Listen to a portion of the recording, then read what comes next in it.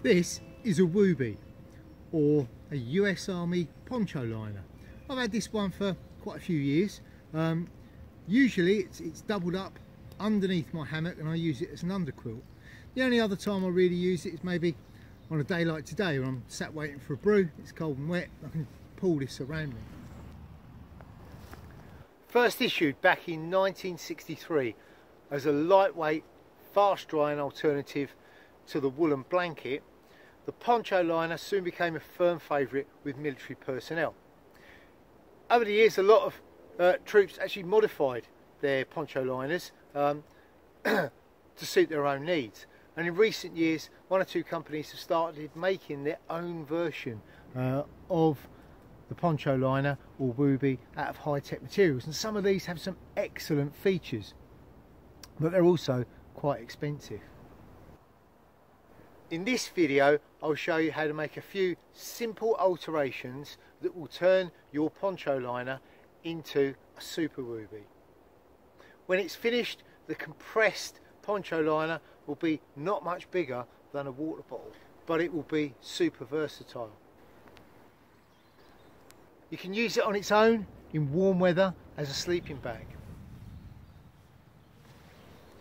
As the temperatures get a little bit cooler, well, you can put it inside your sleeping bag and use it as a sleeping bag liner. You can also use it as an under blanket if you sleep in a hammock.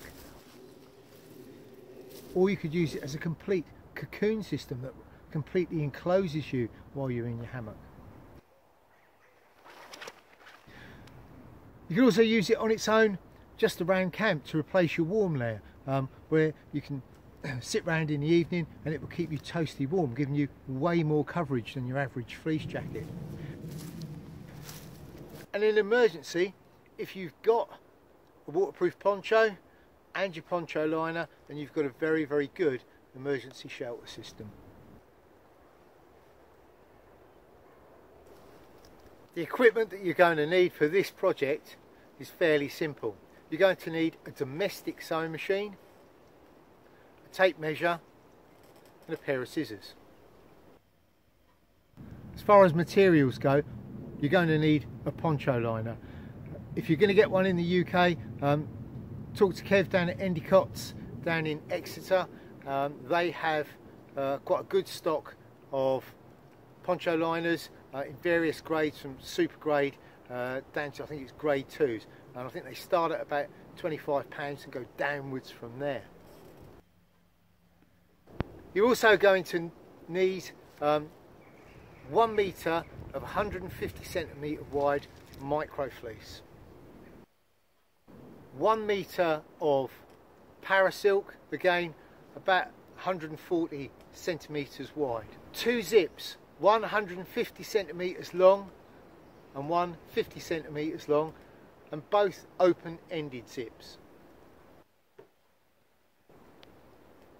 a 2 metre piece of 20mm wide Velcro touch and close fastening, and 2 metres of bias binding, 1 metre of 25mm wide nylon webbing, 2 metres of bungee cord or shock cord, and 6 metres of paracord or braided nylon cord, a 20 centimetre piece of 50mm wide Velcro touch and close fastener, 5 cord locks, and 1 waterproof poncho. The waterproof poncho and the micro fleece, those are optional, those are upgrades. You can just get away with using just the WOOBIE or the Poncho Liner. The method, first thing we need to do is identify which side is going to be your front side or outer side. Then what we do is lay it out lengthways and divide it in two, so you find the halfway point.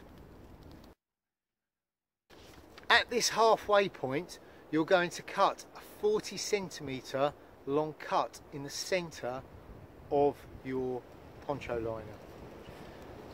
10 centimetres of this is going to need to be slightly over the halfway line. and that will go on the back side of your poncho liner. The 30cm section is the bit that's going to run down the front of your poncho liner. 10 centimetres below this and approximately 40 centimetres apart, you're going to cut 2 more holes, and they are going to be 15 centimetres in length. Both of these holes then need to be bound with bias binding to prevent them from fraying out. At the ends of those, you can reinforce them with a little piece of your nylon webbing too. The next thing that you need to do, from your corner edges, you need to mark 40 centimetres in. You need to do that on each of the 4 corners. Then what you're going to do is turn the whole thing over, so you're now looking at the inside of your poncho liner, and down one edge you're going to sew in one side of your 1.5 metre long zip.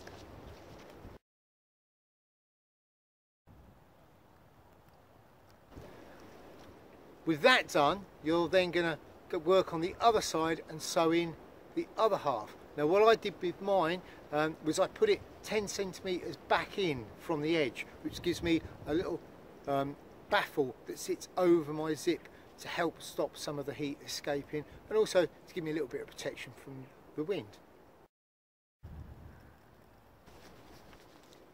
You're then going to take your piece of parachute nylon. Now that should be about 40 centimetres or so wide, and what you're going to do is roll the edges in and sew those nice and flat so that you haven't got any loose edges that are going to fray. And then you're going to stitch the whole thing across the inside of the poncho liner, and that will form the backing for your pocket.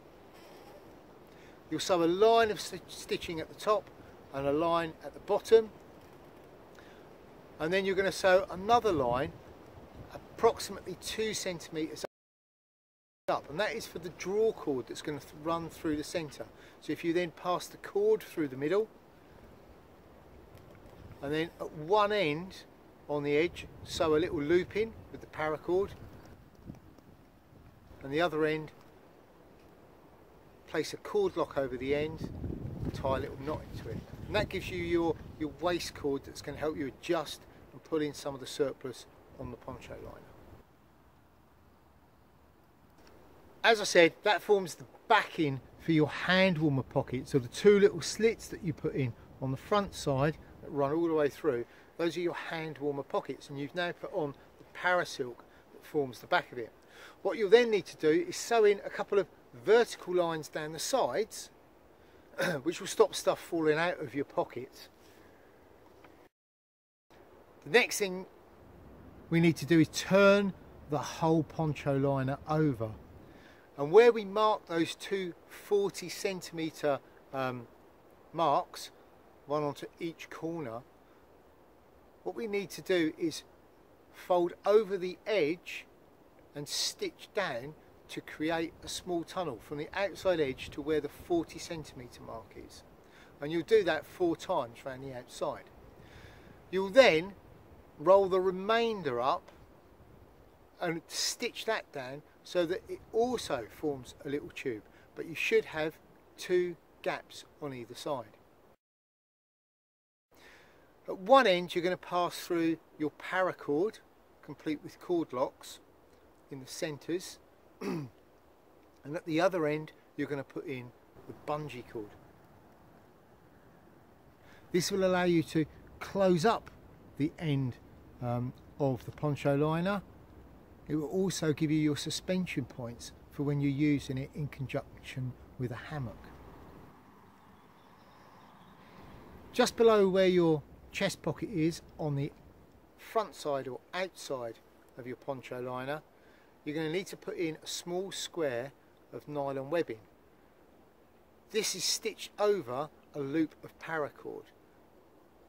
This will give you somewhere where you can place the cords on the corner of the back of your poncho liner to help to create sleeves and to again draw up some of the surplus at the bottom and close in the sides. The final thing you're going to need to do is put a zip into the neck opening. So your first hole that you cut, that you've bound with your bias binding, what you're then going to do is sew in your zip. Now that zip, the puller, needs to open from the back downwards. So that when you adjust it, you're pulling it upwards to close in the neck area. And that's the basic poncho liner completed.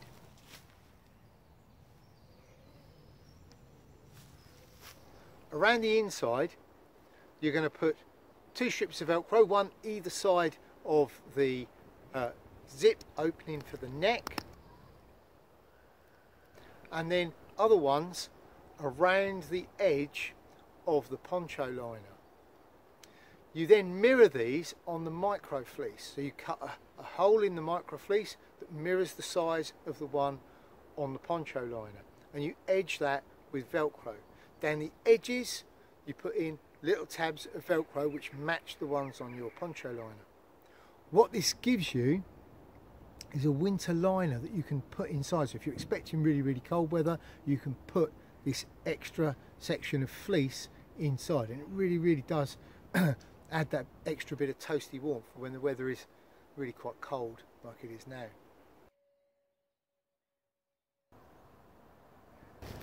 So here's the project all done and complete, and it really is a very simple but worthwhile project to do, because what you get at the end of it is something that really is very, very versatile and very, very useful. If you like the project, well, I hope it inspires you enough to get out there and have a go, and hopefully the instructions are clear enough to follow. As always, if you like the video, then share it to other people you think might get some use out of it. Hit that like button, and as always, subscribe to our channel. Until next time, I'm Neil. Stay safe.